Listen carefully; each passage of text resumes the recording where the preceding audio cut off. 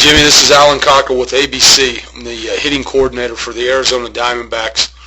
I'm going to run your video this afternoon. I'm going to let it just run through a few times and just talk a little bit about what I see. I think you have a very athletic setup position, and you do a really good job of carrying that athleticism, that athletic balance into your load and all the way throughout your swing. So, I'm really very impressed with what I see right here. I will stop and just go through some of the things that I talk about with our hitters. As you load, you have a little bit of a leg kick, but the one thing that I like is just how still you keep your head throughout this process. I don't see a lot of movement in the head here. We're going to move back a little bit because that leg kick's going to put you on your back leg. But as we go forward, there's minimal movement really with your leg. And then once we get to the toe touch position, where the toe lands, we'll go back and we'll take a look at where you are. And the biggest things I look for at this particular time again are just athletic balance. What are good athletic positions to be in, so that we can maintain balance, get a real good look at the pitch, and put ourselves in a good solid position to be able to cover the entire strike zone. I look at this. You have equal bend in both knees. Your knees are inside of your feet. That's balance. Your head sits right over your belt buckle. Again, very good position. Your hips are square. Your shoulders are square. Your hands are shoulder height at least, and you got good separation with your hands over your backside. So that's a tremendous position to be in. As we start to run this video and go forward, I see that the first move with your lower half is a good inward turn with this back knee. All the weight that's loaded up and gathered into here, we're going to transfer it to the inside part of this leg. So this knee is going to drive into the front leg.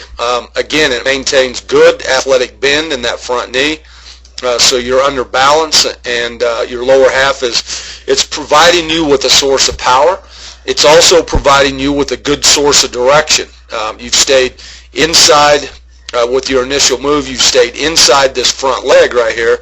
When that knee transfers weight into the inside part of the thigh on the stride leg, so you're in a very good position. We'll go back and we'll take a look at the hands. As the knee drives, we want to see this elbow drop underneath the hands, and it's going to slide into that slot next to the rib cage. So as the knee goes, the elbow drops underneath, and then once we get to this position right here, basically this is where all of this lower half weight transfer right here into that front side, this is where all of that gets passed off to the hands.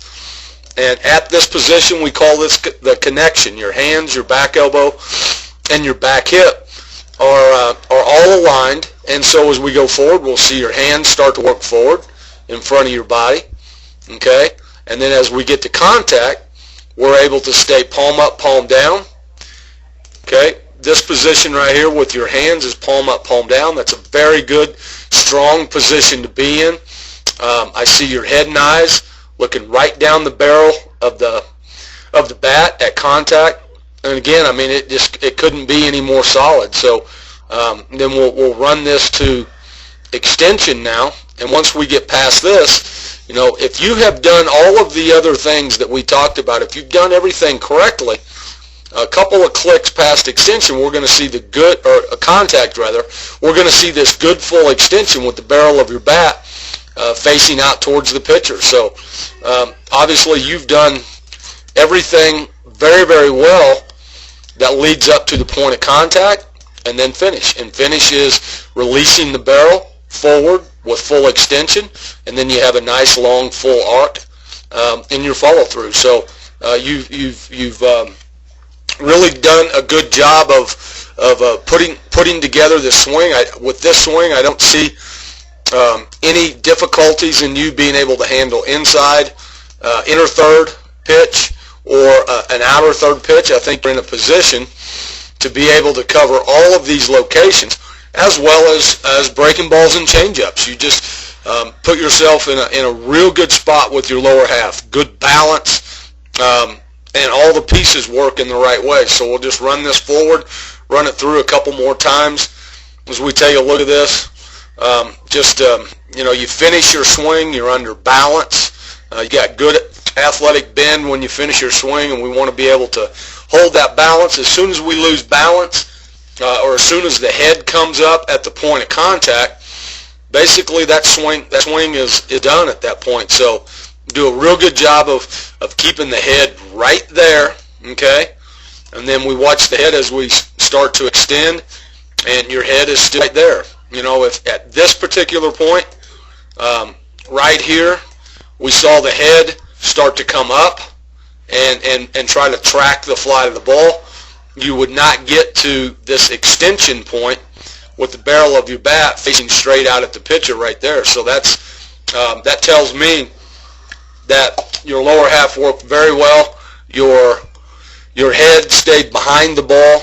It stayed down in the hitting zone past contact, and that allows you to finish off a very, very solid swing. So, a lot of times we'll have drills and things for guys to do to improve on some areas, but in this particular swing, I can't see anything that you need to work on at this particular point. I would say, whatever your workout routine is or your drill routine in the cage, I would say continue to do that.